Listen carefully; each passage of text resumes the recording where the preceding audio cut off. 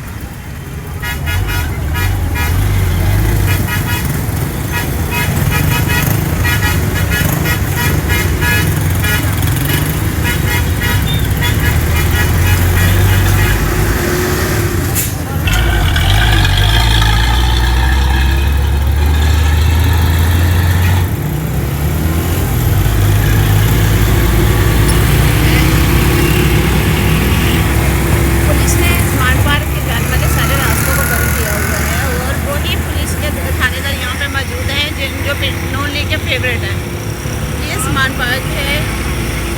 इस वक्त हम खास आपके घर के पहले वाले गेट की तरफ पहुंचने वाले हैं थोड़ी देर में। और यहाँ पे कोई भी वर्कर वैसे लोग गुजर रहे हैं, लेकिन यहाँ पे इस वक्त स्मार्ट पार्क में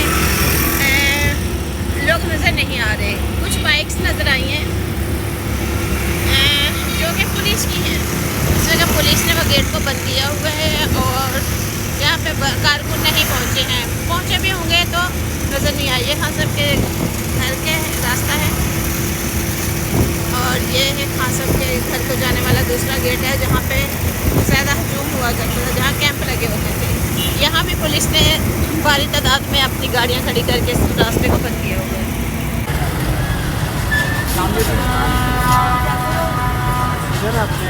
किधर रह गए हैं? बुलावा ना यार, आओ सबको बुलाओ। वो उधर आ जाए ना, उधर रोशनी में। जल्दी जल्दी करो, चले यार, जल्दी जल्दी करो ना।